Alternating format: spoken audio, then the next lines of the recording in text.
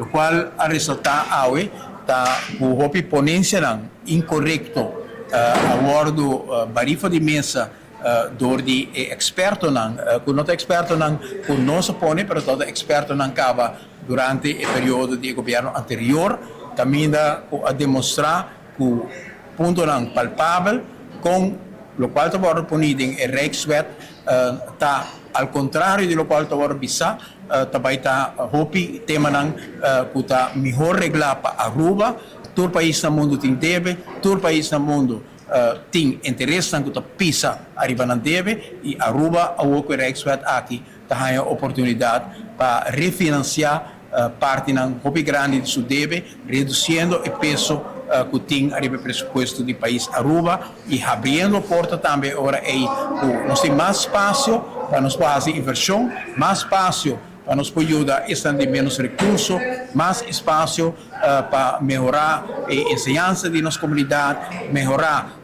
tudo o qual tem a ver com o cuidado de nós gente, melhorar o aparato governamental, que vem uma quantidade de vantagens sumamente importante a quedar repassar durante a apresentação com o experto na aduna e sei seguro te dona sentido também de aliento na essa comporta tem pergunta que awe por mira que justamente o Rijkswet aqui maneira que está no momento não aqui tem algum tema de gele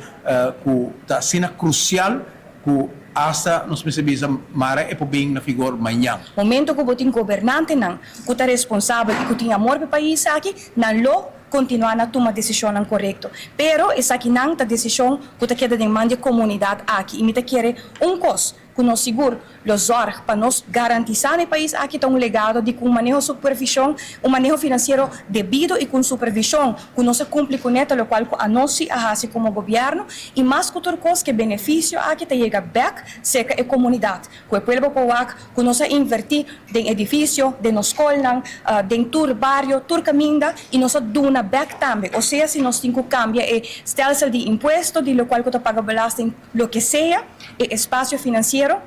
para esse mestertei e esse é o qual que nós está garantizado. Benefício que nós não mestre obidata com supervisão financeira que nós conhecer a ordem LAFT